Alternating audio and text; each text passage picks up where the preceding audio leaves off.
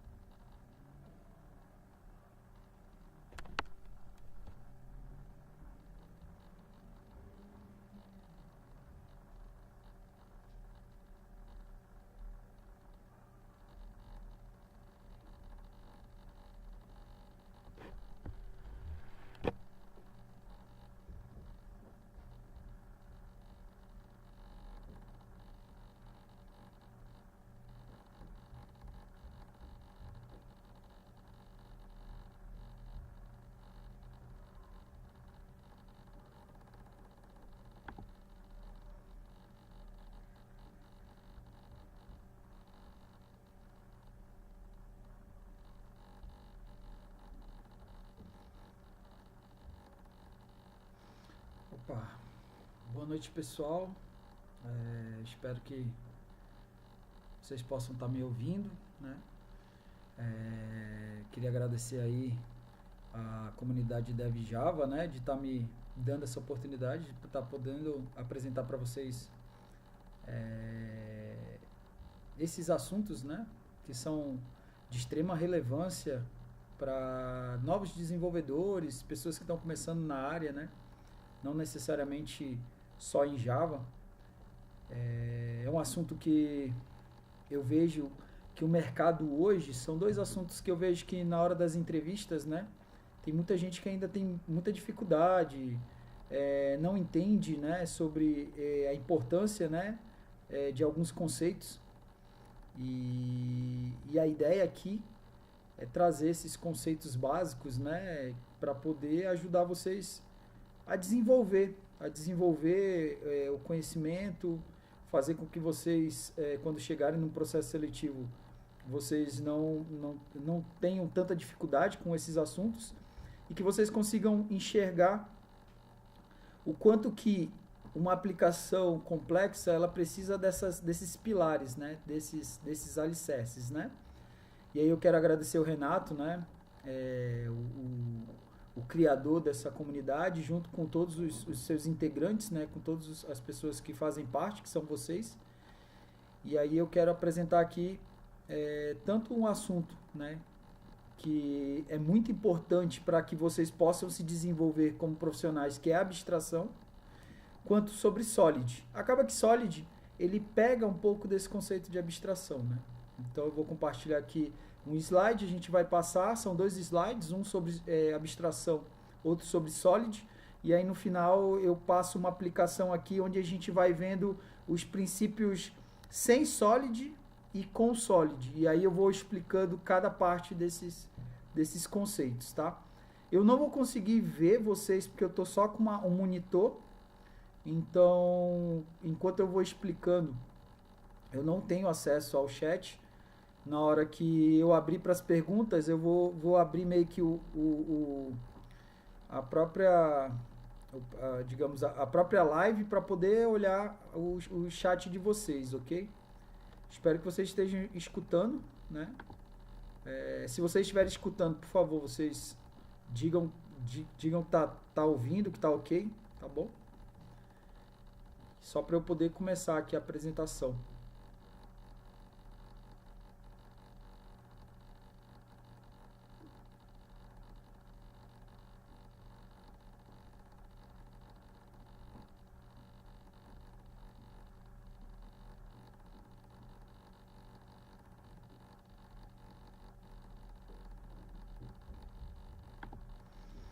Então tá, então vamos lá, tá? Compartilhar aqui a tela do browser, onde eu vou abrir aqui a apresentação, tá bom?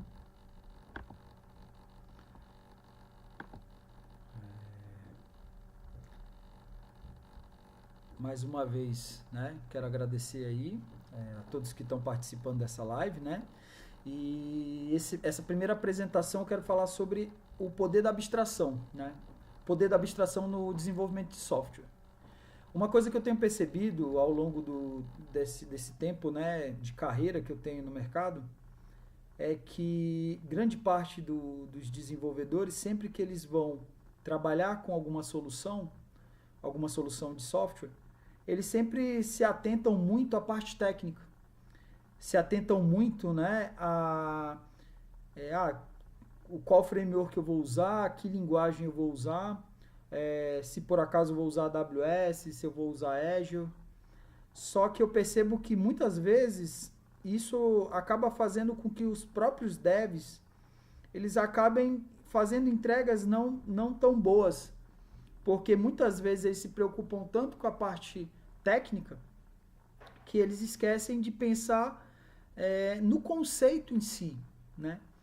Vocês têm que entender o seguinte: o software ele é uma ferramenta para poder entregar uma solução de um problema. Então pensem o seguinte: se eu tenho um problema que o mercado hoje não consegue enxergar, né, que eu possa automatizar, que eu possa agregar valor através do software, então a gente acaba criando um sistema para essa pessoa para poder atender a um problema gritante dessa pessoa. Então, nada adianta eu pensar muito no técnico se eu, no final das contas, eu não conseguir fazer uma entrega de valor, que eu não consiga realmente suprir a necessidade do cliente, acabar com aquela dor que ele tem latente. E onde que a abstração ela faz parte nesse desenvolvimento, né? O que tem de tão poderoso na abstração? A abstração, ela faz com que você deixe de pensar na complexidade do todo e ele faz com que você ataque pequenas etapas, pequenos pedaços. Que você não pense tanto na parte complexa do desenvolvimento logo de cara e você entenda primeiro o que o meu cliente ele precisa, o que o meu cliente, né, ele realmente, qual é a dor dele, né? Então, a complexidade, né, que tem dentro de um problema que a gente atende através do software, ele só consegue ser atendido se a gente tiver uma boa abstração, ok? Então, é isso que é a primeira etapa dessa apresentação, é isso que eu quero que vocês entendam. A abstração, ela faz toda a diferença no desenvolvimento de software. E o que é abstração, né? Abstração é um processo que ele oculta o detalhe complexo de um sistema, né? Ele mostra apenas a funcionalidade essencial. Eu vou colocar aqui para vocês um pouco de história, né, na área de desenvolvimento.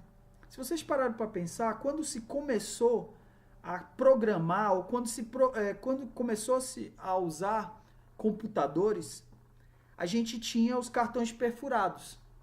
Esses cartões perfurados, né, eles iam pegar lá a lógica de acordo com a posição, ele ia ter como se fosse o 0 e 1, né? E aí você passava uma instrução e o computador, ele fazia um cálculo.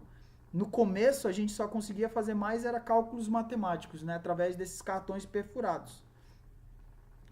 A partir do momento que a gente começou a abstrair, a criar abstrações, a gente já criou uma sequência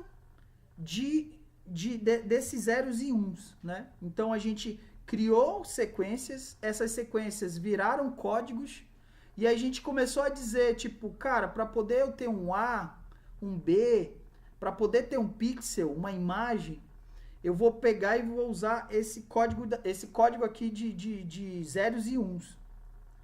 E aí a gente criou uma abstração e a gente usou uma linguagem tipo assembly. E aí ele trabalhava com hexadecimal, né, 0 e 1 e tudo mais. E aí a gente pensou, cara, mas eu preciso evoluir. Eu preciso agora, além de poder escrever, colocar A, B, né, colocar os cálculos, eu quero uma abstração maior para eu poder evoluir com isso.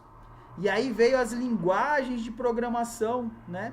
E aí a gente veio com C, onde o C, ele pega, a gente conversa mais parecido com o que o ser humano fala, e aí a gente, por baixo dos panos, gera um código assembly, e esse código assembly vai poder pegar e comunicar com o hardware, né? Mas se vocês forem vendo, tudo é abstração. Uma abstração, ela vai gerando a possibilidade de a gente pensar em coisas mais complexas. Então, a abstração, quanto mais abstração você cria, mais complexidade você vai conseguindo colocar. Se você for parar para pensar, hoje a gente cria sistemas muito complexos através de frameworks. E o que vem a ser frameworks?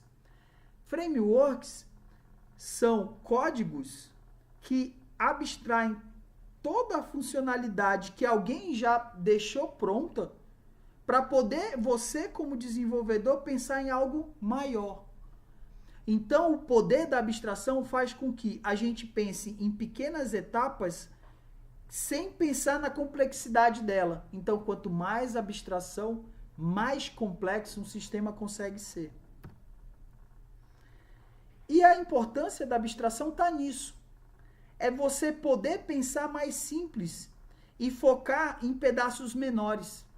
Então, simplificar esse pensamento faz com que você possa pensar menor e atacar muito melhor uma solução do que se você pensa no todo. Se você começa a pensar no todo, muitas vezes você não consegue tirar uma ideia ou desenvolver algo, né? Pelo menos pensando na área de desenvolvimento de software. Outra coisa interessante da abstração é que quando você começa a trabalhar com boas abstrações, você começa a pensar no código como caixinhas. E aí a gente consegue usar essas caixinhas em mais de um lugar, sem precisar fazer Ctrl+C, Ctrl+V, copiar código, colar código. A gente cria como se fosse um pedaço ali que poderia ser comparado a uma biblioteca, um framework, uma API. Então você começa a abstrair toda essa complexidade em pedaços que quando você precisar utilizar, você vai conseguir pensar em algo maior. Então você consegue reutilizar o código, né? E aí se a gente tiver um sistema muito complexo, que se a gente tivesse que copiar o código em vários pedaços, a manutenção ia dar muito trabalho, que a gente ia ter que mexer em vários lugares ao mesmo tempo. Então, o fato de você pegar a abstração, né, e você colocar ela num lugar onde você possa usar em vários lugares, chamando só essa abstração, faz com que você possa reutilizar melhor seu código. E com relação à manutenção, logicamente fica mais prático, né? Se você pega aquele conceito, aquela ideia, vamos pensar assim, se por acaso eu tenho que enviar e-mail no meu sistema, e esse sistema ele usa esse enviar e-mail em vários lugares, se eu crio uma abstração que eu empacoto esse enviar e-mail usando, quem sabe, uma API, né? E aí eu crio lá um códigozinho que roda, sei lá, num Lambda da vida, mas se eu só penso em enviar e-mail e eu crio uma abstração e essa abstração ela vira uma API que alguém vai consumir, olha o ganho que eu tenho, porque se eu precisar evoluir, vamos pensar que hoje eu estou usando o Gmail, mas amanhã eu vou usar, sei lá, vou usar o Microsoft lá, o Outlook. Se eu tenho uma camada de abstração, se eu tenho uma interface bem definida, tudo que eu modificar daqui da interface para trás não vai afetar quem está consumindo esse serviço. E qual é o ganho disso? Se eu tiver que modificar aqui o tipo de serviço que eu vou utilizar, deixar de ser Google para ser o Microsoft Outlook, quem está consumindo não vai ser transparente para ele. Isso faz com que eu não quebre códigos que já estão se integrando com esse enviar e-mail. Isso faz com que a aplicação que usa desse serviço, ela não precise mais se preocupar com o que está acontecendo, como está acontecendo. Então isso é muito fácil para você dar a manutenção, porque se eu modifico aqui, então tudo que está consumindo disso não vai precisar saber o que está acontecendo, a complexidade que está por baixo dessa interface. E aqui eu vou colocar uns exemplos de abstração. Já falei alguns, mas eu vou aproveitar os que eu coloquei no slide, né? Então, dentro da linguagem de programação, a gente vai ter as interfaces. As interfaces, elas são um tipo de abstração. Dentro da programação, a gente pode chamar até de contrato. Ele é um contrato que a gente assina. Então, quem usa da nossa interface, ela precisa usar as assinaturas, né, que é o que é passado para esses métodos, e ela vai ter um tipo de resposta. O que acontece por baixo dos panos não vai interessar. Então, isso é um ganho enorme, porque faz com que tudo que eu puder evoluir para esse lado, fora da interface, faz com que eu não fique preocupado com o que está acontecendo. Então, se tiver alterações, modificações, se tiver alguma coisa que aconteça por dentro da interface, isso não vai afetar a quem está fora, quem está consumindo. E isso é um ganho enorme. A gente tem funções, né? Nem toda linguagem é orientada a objeto, né? Então, tem linguagens que não vão ter a interface, né? Da linguagem, como Java tem, como C# tem. Mas, digamos, eu estou usando JavaScript, eu não estou usando nenhum transpile, né? Como o Babel, né? Como o TypeScript. Então, lá eu não tenho a interface, mas eu posso usar funções. Eu gero uma função central que vai ser responsável por alguma coisa e eu posso usar em mais de um lugar. E aí, se eu precisar fazer a modificação, eu faço apenas naquela função, né? Então, abstração, né? A gente pode pensar nas classes, né? As classes são um tipo de abstração. Quando elas viram uma instância, aí elas viram, né, um objeto. E aí elas deixam de ser a abstração. Mas toda vez que a gente vai começar a desenvolver, a gente tem que pensar em tudo que a classe ela precisa ter. Todas as suas características, todas as suas ações, né? Características são os seus atributos e as suas ações, o que ela faz, o que ela executa, são os seus métodos. Então, quanto melhor a sua abstração, melhor você vai conseguir criar suas classes, né? E a gente tem módulos, né? Tem classes abstratas, né? Então, tudo isso faz parte, né? Dentro da linguagem de programação do conceito de abstração, né? A gente tem as APIs. As APIs são um tipo de abstração, né? Elas empacotam o que precisa ser feito e aí a gente acaba não precisando entrar no detalhe da complexidade. A gente só precisa saber o que ela vai fazer e como ela vai fazer, né? E a gente só vai usar. Tem os frameworks, as bibliotecas, né? Que são muito utilizadas, como Spring, Quarkus, o JPA, né? E vários outros frameworks que tem por aí, né? Benefícios práticos, né? É aquela coisa da colaboração. Várias pessoas podem mexer em vários pedaços, né? E não vai quebrar. Então, vários times vão trabalhando em pedaços de código. E isso faz com que uma não interfira na outra. Porque a gente tem um contrato definido e respeitando esse contrato, acaba que as equipes elas não têm esses conflitos, né? Tem a redução de erros, porque você centraliza determinada funcionalidade em um pequeno pedaço de pacote ali, né? Isso faz com que a gente reutilize esse código em mais de um lugar. Então, se a gente tem menos lugares para você usar, para você mexer no código, então isso evita erros. Erros tanto com relação a merge, erros tanto com relação a alguém mexer e tipo, alguém mexeu, aí putz, alguém aqui acaba precisando do código, então acaba ficando centralizado, então diminui muito essa coisa do erro. E a flexibilidade, né, que você começa a pensar no código como caixinhas. Então você pode muito bem fazer um teste, puxar essa caixinha aqui dessa interface, dessa abstração, utilizar.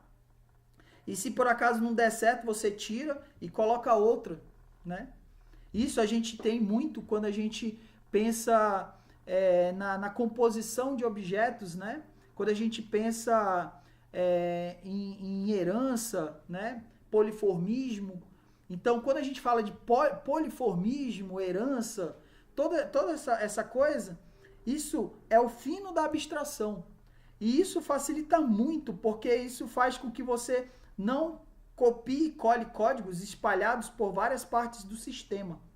E isso ajuda muito no desenvolvimento, acelera muito o desenvolvimento de software.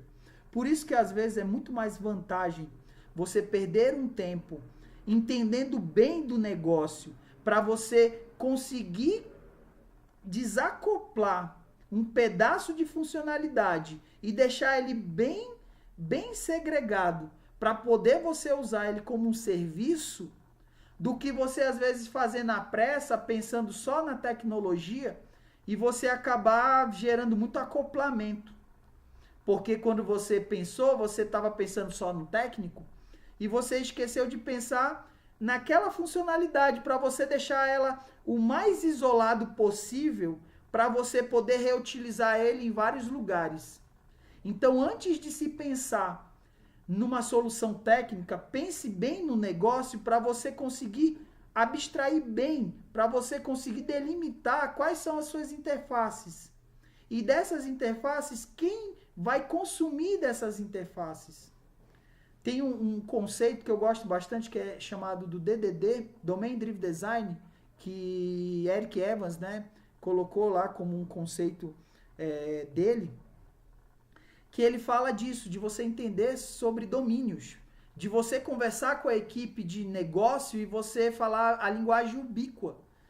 E isso é o fino da abstração, porque se você entende bem, você consegue criar domínios bem isolados e utilizá-los de forma como se fosse caixinhas, né? Então você tem aquele pedacinho de código, precisa usar, cria uma API ou sei lá, gera uma biblioteca, faça alguma coisa e eu utilizo ele em vários lugares, sem nem precisar as pessoas que estão usando conhecer dessa complexidade. E aí a gente falando de abstração para arquitetura de software, né? A gente vai ver dentro dos design patterns, né? Os padrões de projeto, tipo, você fazer um singleton, né? Ali é um tipo de abstração, né? Onde a gente vai criar um objeto único, mas para poder eu gerar esse objeto único, né? Eu preciso estar bem isolado com isso. Eu vou criar um observer, né? Então vou ter que ficar observando alguma coisa. Vai ser disparado um evento, esse evento vai fazer com que eu execute várias coisas. Se a minha abstração não estiver bem feita, eu não consigo fazer esse cascateamento, né? Digamos, quando você usa um Clean Architect, né? O MVC, né? Esses padrões que eu pego e eu quebro, né, em camadas o nosso código, por que ele existe? Ele existe para que quando você fale de negócio, você não interfira nas outras camadas. Por quê? A parte que mais se modifica dentro do código é a parte de negócio. Se você isola todo o seu código de negócio numa camada só, que é uma camada de business, as partes que são responsáveis pela área técnica, a parte técnica, e a parte que é visual, eles não são interferidos, porque eles vão ter interfaces bem trabalhadas ali. Então você consegue evoluir a parte de negócio e você não interfere nas outras camadas. Ou eu quero trocar minha tecnologia, eu estava usando uma tecnologia, estava usando, sei lá, AWS, agora eu vou usar o Azure.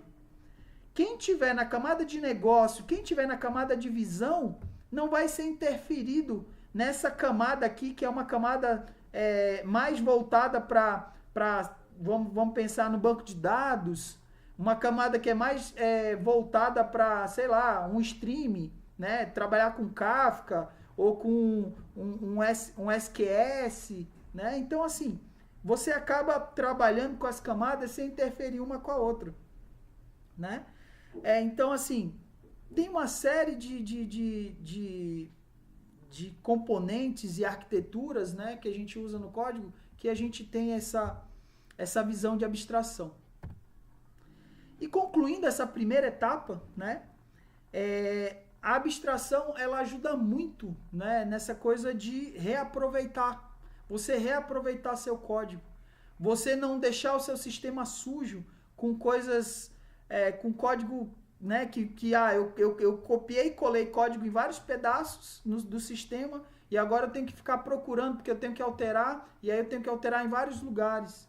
Ele evita o retrabalho, ele evita que você não entregue algo que não vai ser usado, né? E ele ajuda muito nessa separação, né, entre as equipes, ele ajuda quando as pessoas de negócio vêm com as ideias, né? Então, procurem pensar mais nas abstrações, procurem pensar mais na parte de negócio antes de começar a codar.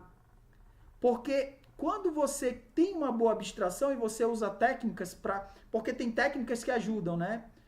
você usar o Event Storm, né, do Brandolin, né, acho que é Antônio Brandolin, o cara que criou o conceito de Event Storm, né, mas você usar um Event Storm, você usar um use case, né, da UML, você usar uma modelagem de banco de dados, você conversar, né, usando o DDD estratégico com o pessoal de negócio, você pensar primeiro no negócio, conversar com as pessoas de negócio, evita um retrabalho. Pense primeiro em cada caixinha, em cada componente, quando você estiver conversando com a pessoa de negócio, e comece a pensar o que cada funcionalidade ela precisa. Ah, se eu vou falar de cliente, o que eu preciso para aquele cliente, para eu fazer um cadastro de cliente, sei lá, na Receita Federal? Quais são tudo que eu preciso, dos dados que eu preciso para poder ir lá na Receita Federal e eu poder fazer o cadastro dele? E aí eu começo a pensar nos eventos. E aquele cara que é o meu cliente que eu vou cadastrar na Receita Federal, o que ele precisa fazer na Receita Federal? Quais são as ações que ele precisa durante um cadastro, durante uma atualização? E aí você vai criando os eventos, né? Mas isso tudo, você tem que primeiro pensar no negócio, porque de acordo com o negócio, tudo vem. Vem a arquitetura, vem a parte do sistema. Então, pensem em abstração. Parem de pensar primeiro no técnico. Isso vai ajudar muito a vocês a evitar retrabalho, tá bom? Essa foi a primeira parte da nossa apresentação, tá bom? Deixa eu dar uma olhada aqui, ver se vocês, como é que tá, né? Se vocês estão me escutando. Espero que vocês estejam me vendo. Se deu tudo certo essa primeira apresentação, vocês me dão um ok, tá bom? Que eu, como eu falei pra vocês, eu não consigo ver, tá?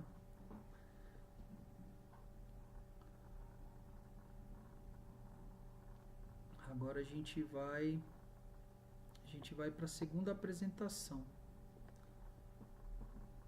Beleza, vamos para a segunda apresentação. A segunda apresentação eu vou falar do Solid. Tá bom? Vamos lá.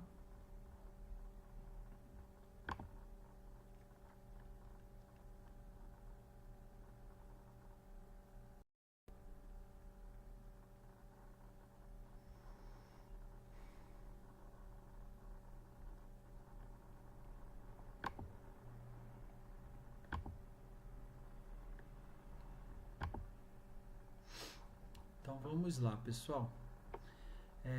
Nessa segunda etapa, eu vou falar sobre o Solid.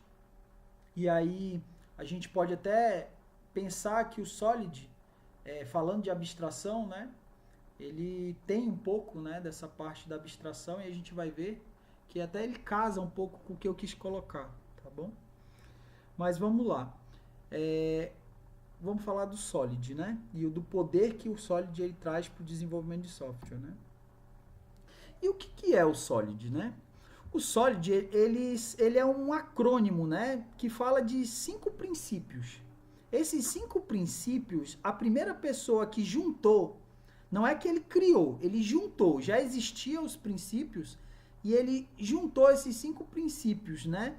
E aí um colega dele pegou, viu que fazia uma frase, e aí ele colocou, uma frase não, ele fazia uma palavra, e aí ele falou, né? Solid. Mas quem veio com a ideia foi o Uncle Bob, né? O tio Bob, como alguns conhecem, né? Então, o Robert C. Martin, né? Que é o Uncle Bob, ele veio com essa ideia num artigo em 2000, né? Em 2000 ele veio com essa ideia e ele juntou 5 princípios, né?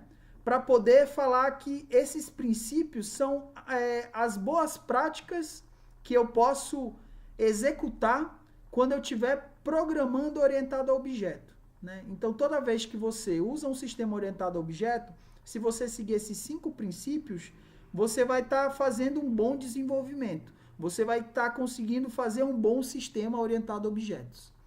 E o que vem a ser o Solid, né? A sigla, o acrônimo, ele vem do S, que é da responsabilidade única, né? ou single responsibility, o open close, né, o princípio do aberto fechado, a substituição de Liskov, né, o Liskov substitute, interface segregation, né, ou interface, né, interface única, digamos assim, ou segregada, e a dependency inversion, né, ou inversão de dependência, né. E aí eu até coloco um parêntese aqui, não confundir inversão de dependência com injeção de dependência, tá bom? Às vezes tem gente que na hora das entrevistas acaba fazendo uma confusãozinha, mas a gente vai entrar em cada princípio e a gente vai se aprofundar mais, tá? Então a gente vai aqui para o primeiro princípio. O que é o primeiro princípio, né? O Single Responsibility Principle, né? Que é a responsabilidade única, né? Responsabilidade única fazendo a tradução. Ela fala que uma classe ela tem que ter uma única e exclusiva responsabilidade, né? Então, se por acaso você, ao desenvolver orientado a objeto, você cria uma classe que ela tem mais de uma responsabilidade, é melhor você dar uma parada, você rever todo o conceito, é aquela coisa que a gente falou mais cedo, é rever a abstração, entender melhor a sua responsabilidade, né? E separar em mais de uma classe. Por que esse princípio ele é muito importante? Pense o seguinte, se eu tenho uma classe que ela gera relatório e envia e-mail, se por acaso eu precisar mexer numa funcionalidade de e-mail e essa funcionalidade quebrar, ela der um problema, eu vou pegar e eu vou também ficar sem a geração de relatório. Ou seja, quando eu gero esse acoplamento forte, né, esse autoacoplamento e essa baixa coesão, eu estou gerando um problema grave para mim quando eu for dar manutenção no meu sistema. Porque na hora de entregar é muito fácil, né? A gente coloca tudo lá, entrega de qualquer jeito, a gente acaba batendo a meta, né, de entregar no dia. Só que o software ele sempre tem retrabalho. A gente sempre tem evoluções no sistema. Então, se você pega e você tiver que mexer no relatório, como ele está numa classe junto com o e-mail, você pode quebrar relatório e você pode quebrar e-mail. Então, você dividir as classes em responsabilidade única facilita com relação à manutenção, facilita na hora de gerar teste. Você fazer um teste unitário, onde você vai pegar e mexer só naquela funcionalidade. É muito mais simples até para você pensar do que se você pega e você tem mais de uma responsabilidade de uma classe para testar. Fica melhor para eu poder reaproveitar o código também. Pensa o seguinte, se eu separo bem a responsabilidade, né, de um e-mail para uma geração de relatório, se eu quiser compartilhar esse envio de e-mail com mais de um sistema, com mais de uma biblioteca, com mais de um código, é muito mais simples. E isso evita de eu levar uma funcionalidade que eu não vá usar, entendeu? Tipo, eu tinha uma equipe ali que precisava só enviar e-mail e ela precisava de uma biblioteca.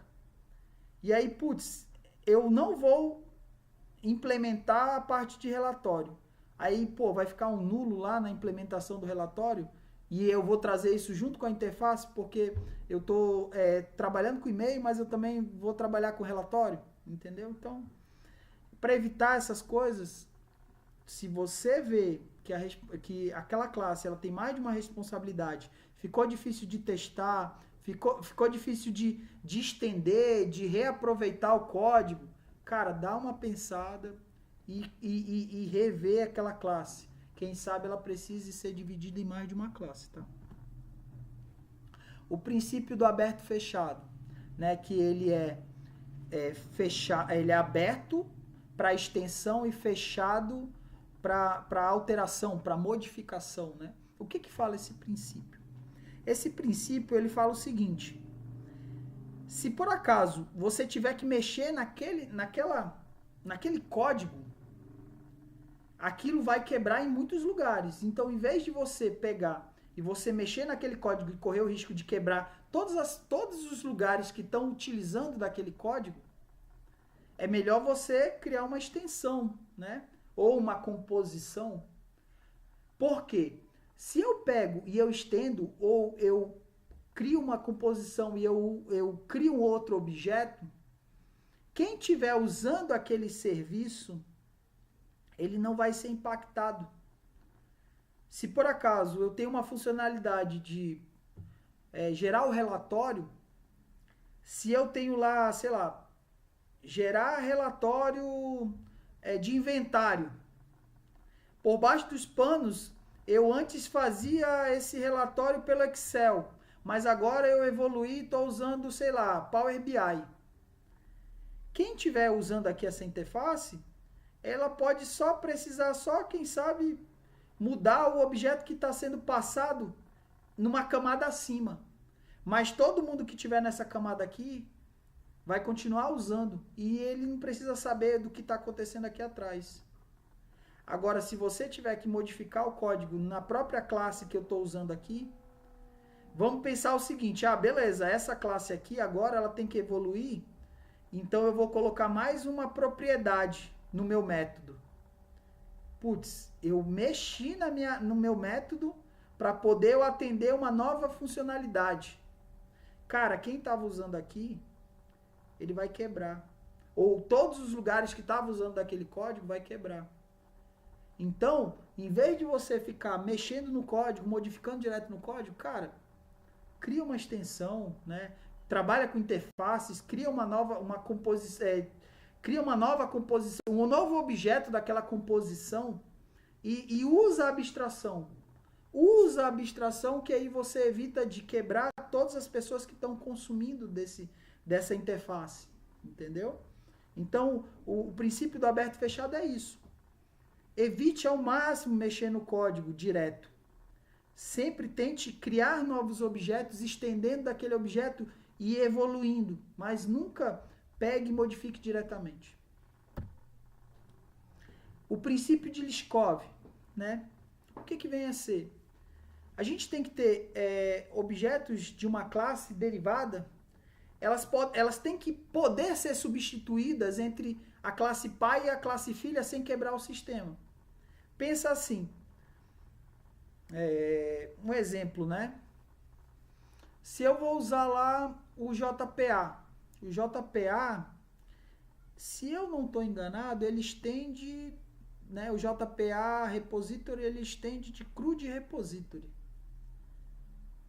Se eu uso o CRUD repository ou uso o JPA repository, eu tenho que poder, usar uma classe pai ou uma classe filha sem interferir todas as outras classes que estão estendendo, né, que estão utilizando dessa classe. Então vamos pensar o seguinte: se eu criar uma classe pai, e dela eu criar uma classe filha, né, que nesse caso aqui no desenho aqui, né, ele até mostra, né, o certo e o errado, né? Ele tem duas classes, né, classes robô, né? Uma robô pai, Sam, que ele faz café preto, e tem o filho, que ele faz um cappuccino, que não deixa de ser um café, né? Então, quando a pessoa for chamar para poder fazer o café, ele vai poder usar o pai para poder fazer o café preto, mas ele pode usar o filho. Ele não vai fazer o café preto, mas ele vai fazer o cappuccino. Ou seja, ele ainda continua fazendo café. Pode ser um café gourmetizado, mas quem bebe café vai beber o café. Agora, se por acaso o filho, ele pega e ele estende da classe pai, mas ele só sabe trazer água, né? Ou pegar uma água em vez de né, levar o café, quando por acaso eu precisar usar a classe filha para poder tomar um café, ele não vai saber, porque ele só sabe levar água. Então, assim, a gente tem que poder mexer com as classes, né, os objetos, sem quebrar. Quantas vezes vocês já tiveram alguém que pegou, criou um objeto, e esse objeto ele quebrava quando a gente voltava com o código anterior, com o objeto anterior, né? Ou a gente fazia uma substituição entre objetos, né? Então, para evitar essas coisas, princípio de Liskov. A gente tem que usar um objeto e outro, né? Tipo, um objeto pai pelo objeto filho e vice-versa, sem quebrar, né? O que vem a ser a interface segregada? A interface segregada é o seguinte: se você cria uma interface muito extensa, pode ser que você não consiga usar todos os seus elementos. E aí você vai ter que criar, às vezes, uma implementação fake, né? Que é aquela implementação que retorna nulo, né? Isso é um problema, porque às vezes você pega uma interface enorme, cheia de responsabilidade, e você usa em vários lugares, onde para alguns casos você vai implementar uma parte e outra não. E aí, às vezes, por conta disso, até parecido com aquele conceito da responsabilidade única das classes, se eu tiver que modificar uma interface, se você modifica uma interface, vocês sabem que a própria IDE ela já vai dando erro em todos os lugares que vão utilizando daquela interface.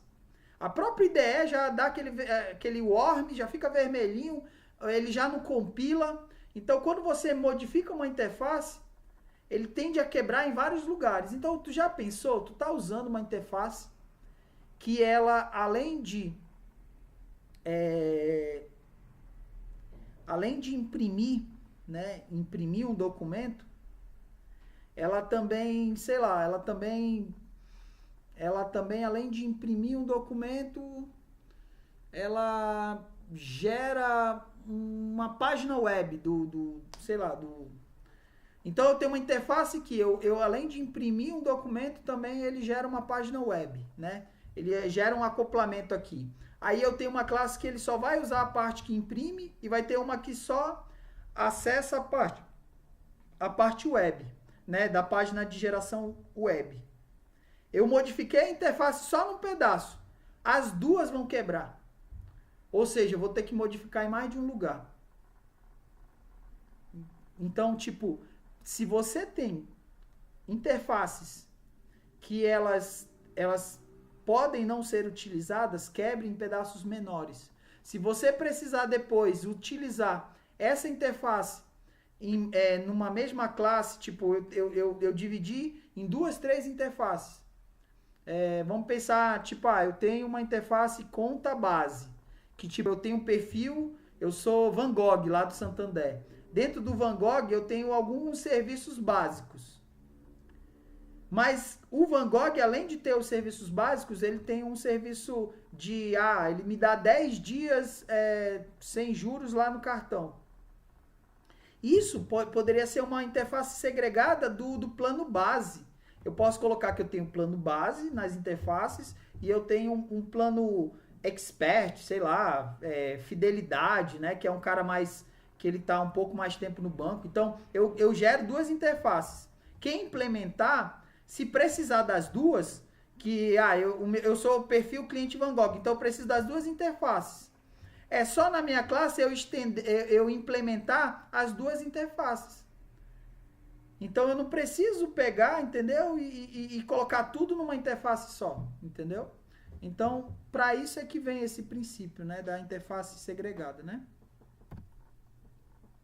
E para mim, vem a parte mais importante do Solid, né? Esse conhecimento aqui, eu já teve vários processos seletivos que o pessoal bateu mais nesse princípio. Teve muitos dos outros princípios do Solid que o pessoal não deu nem importância. E esse aí foi o grande definidor de quem ia ficar no processo seletivo ou não, quem ia passar ou não. Então, prestem bem atenção nesse princípio. O princípio da inversão de dependência. E é inversão de dependência, tá? E o que é a inversão de dependência? A inversão de dependência fala justamente da abstração. É você pensar em abstração, não em implementações. Por que isso? É aquela coisa do acoplamento. Quanto mais você gera códigos acoplados, que você evita criar interfaces, criar classes abstratas, trabalhar com padrões de projeto, quanto mais você trabalha diretamente com o objeto concreto, se por acaso eu tenho um objeto de conta, e aí eu trabalho, em vez de eu usar a abstração de conta, eu já trabalho com conta corrente direto, ou com conta poupança direto. Se eu tiver que fazer uma modificação, cara, eu hoje estou trabalhando com conta corrente, mas agora eu preciso de uma conta poupança. Eu tenho que modificar a camada acima, a camada que chama o objeto, que gera aquele objeto. Isso é muito ruim para a manutenção de sistemas e evolução de sistemas, isso é muito ruim. Então, sempre que você for pensar, pense em abstrações, pense em interfaces. Tente abstrair o que é o mais genérico entre todo aquele conceito. Tente pensar mais no que é comum. E aí você divide isso em objetos menores que estendem de uma interface única. Isso vai fazer com que você consiga evoluir muito melhor com relação à manutenção de sistemas, na evolução do sistema, com relação a tecnologias. Eu quero usar tecnologias novas.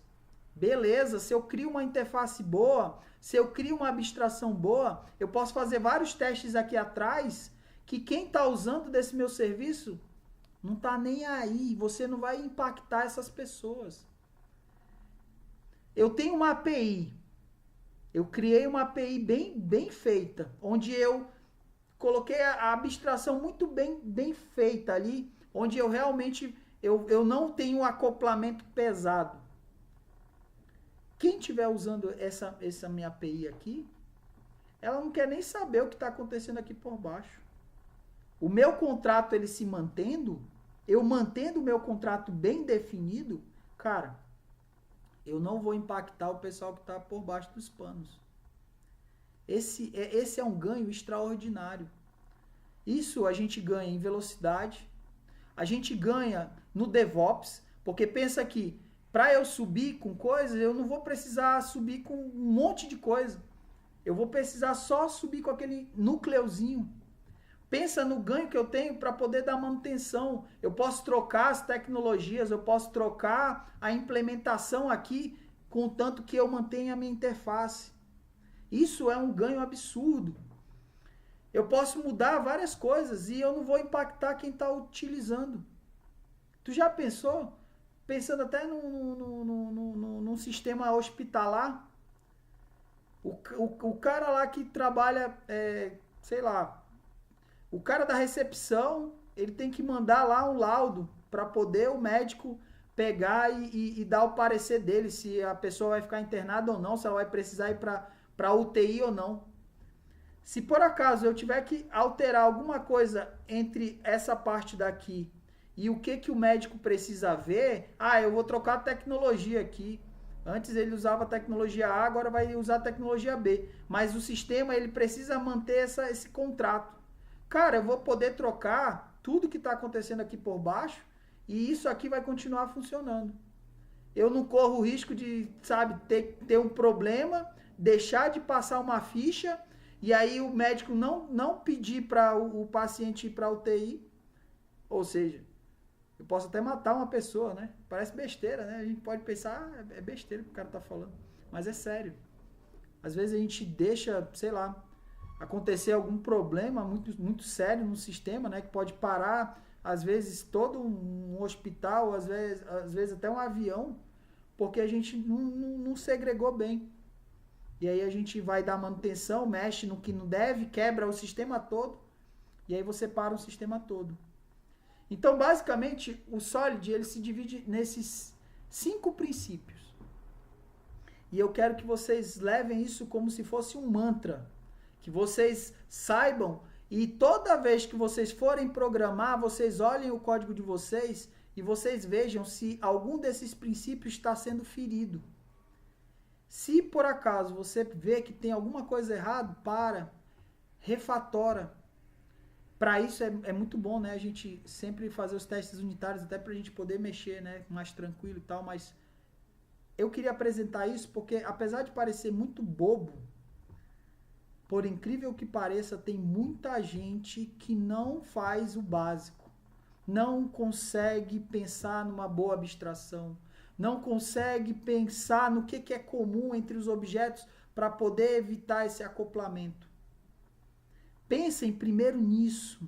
Pensem primeiro em pequenas partes, em pequenos pedaços do sistema, antes de vocês pegarem e caírem de cabeça na complexidade do sistema. Essa parte de tecnologia, framework, esse é o menor dos problemas.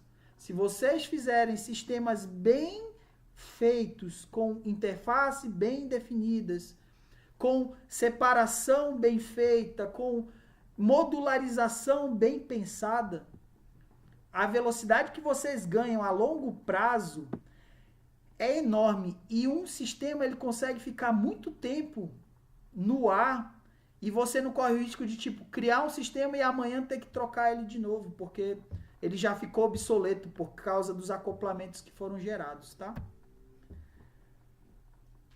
E por que usar o Solid hoje, né? Eu já falei, mas só para reforçar, ele ajuda na agilidade, porque pensa que agilidade fala de incrementar as entregas, né? Evoluir.